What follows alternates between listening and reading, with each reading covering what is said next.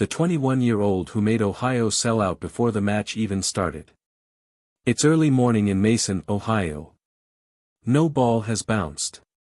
No point has been played. And already, the ticket office is drowning in demand nobody planned for. No scandal caused this.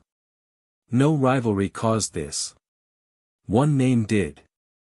And by the time this video ends, you will understand exactly why fans are willing to drive across state lines, skip sleep, and empty their wallets just to be in the same building as her for one more hour.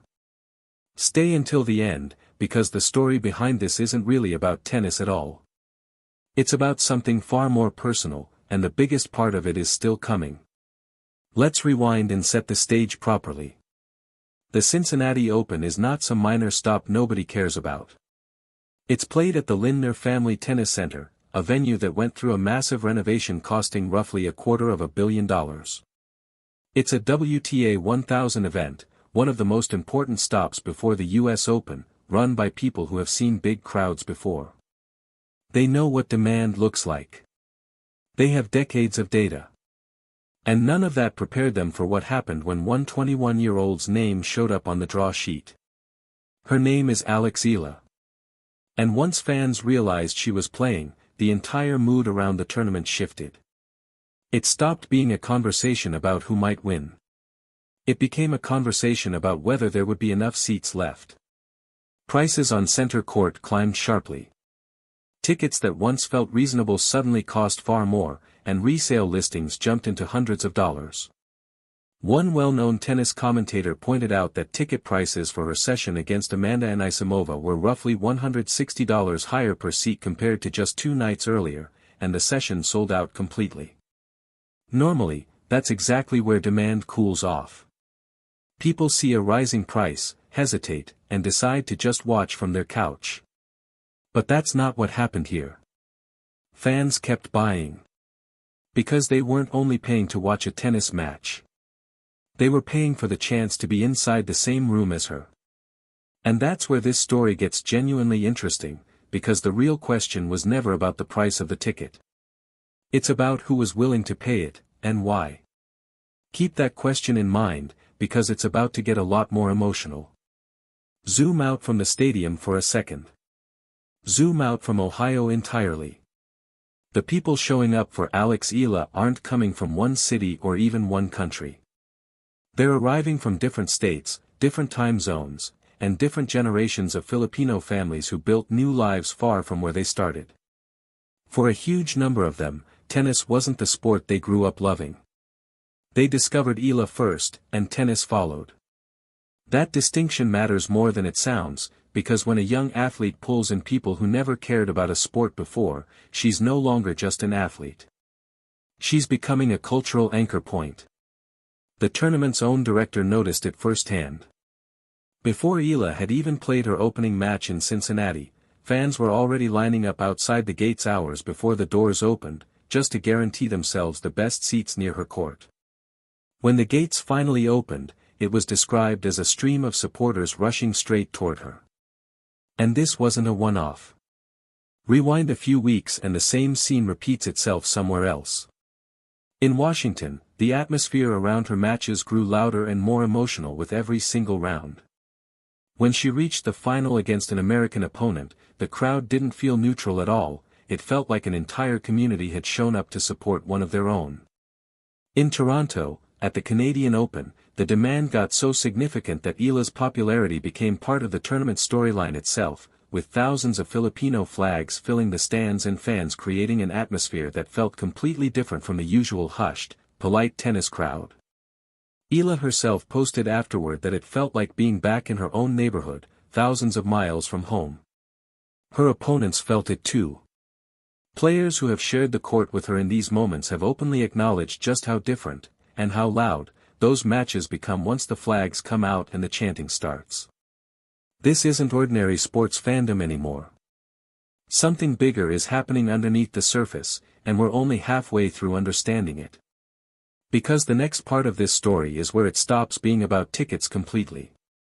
Here's a fact that puts everything into perspective. Ohio alone is home to close to 17,000 Filipino Americans, all within driving distance of that stadium. But plenty of the people filling those seats didn't just drive across town. They crossed state lines entirely. One story that captures this better than any statistic: a fan reportedly watched Eala play in Toronto, then got back in his car and drove close to 8 hours just to watch her again in Cincinnati. Not for a Grand Slam final. Not for a legendary rivalry. Just for one more match, because she was going to be on that court. And Eala knows exactly what those tickets represent. She's spoken about understanding the sacrifice behind every seat sold to a Filipino family living abroad, money that could have gone toward rent, toward bills, toward relatives back home, instead going toward a ticket to watch her play. That's not a small detail. That's the emotional engine behind everything happening in that stadium. The screaming isn't just about a point one. The flags aren't decoration. The people in those seats aren't necessarily tennis experts. They're there because they see themselves in her. Now here's where it gets even bigger, because this isn't staying inside Ohio. New York is next. The US Open is only weeks away, and the Filipino population in Queens alone, right where the tournament is held, is estimated at roughly 94,000 people. The tournament has already responded to her growing pull, handing her a wild card into the mixed doubles alongside a top men's player, and scheduling her for an exhibition match before the main draw even begins. If Cincinnati looked like this, imagine what happens when this story lands in a city with one of the largest Filipino communities in America. That's not a guess, that's the pattern repeating itself, and it's about to happen on an even bigger stage. But before we go further, I need you to do one thing for me. If this story is genuinely surprising you right now, if you didn't expect a 21-year-old outside the top 10 to be moving ticket prices like this, hit that subscribe button right now, because the next part of this story involves what happens when she reaches New York, and you do not want to miss it. Subscribing costs you nothing, but missing this story means missing something you'll be talking about later. So go ahead, tap it now, and let's keep going. Let's talk about who Alex Eala actually is, because the numbers alone don't explain the emotion in these stadiums.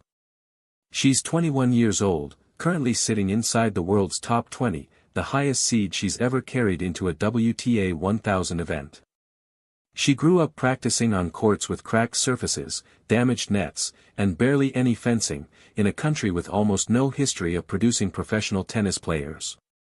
She picked up a racket at age 4, often playing alongside her late grandfather and her brother, who went on to play college tennis in the United States. From those cracked courts to competing on Wimbledon's center court barely a month before Cincinnati, that's not a small jump. That's a story people want to be part of.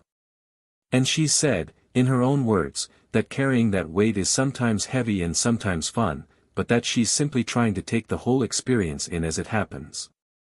That honesty is part of why people connect with her so deeply. She's not pretending this is easy. She's not pretending the pressure isn't real. And that vulnerability is exactly what turns a tennis fan into a member of a community. Here's something else worth sitting with.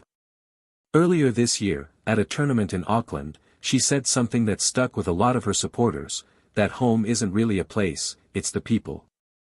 Think about what that means for Filipino families living thousands of miles from the Philippines, working long hours, missing birthdays, missing holidays, sending money home, and carrying their culture with them into a completely different country.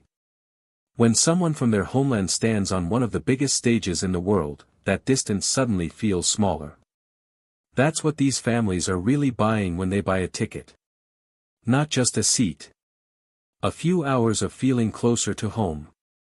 Now, let's get back to the tournament itself, because there's still a piece of this story we haven't covered, and it might be the most important part of all. Most young athletes spend years trying to build an audience large enough to move ticket sales in their own country, let alone somewhere else. What's happening with Eala is different. Her audience isn't staying home waiting for her to visit. It's traveling with her. City to city, tournament to tournament, hotel bookings rising, restaurants filling up, sponsors paying closer attention, and tournament directors publicly admitting they've never seen anything quite like it before a player has even won the title. And that's the part that should genuinely surprise you. She hasn't lifted the Cincinnati trophy. She hasn't even needed to.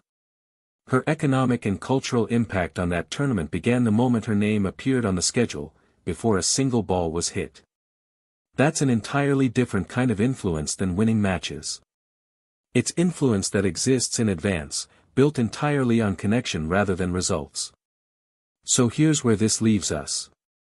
Strip away the ticket prices. Strip away the resale numbers. Strip away the flags and the noise and the sold-out sessions.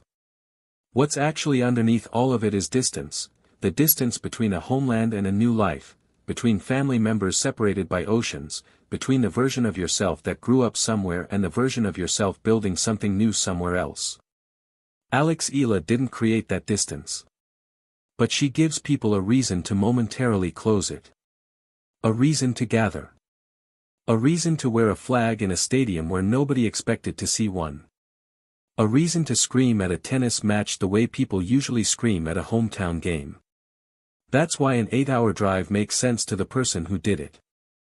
That's why families who haven't traveled together in years are suddenly booking flights around a tennis schedule instead of a holiday. That's why people who never knew a single ranking or rule are now checking scores and planning weekends around a WTA calendar. They're not becoming tennis fans first.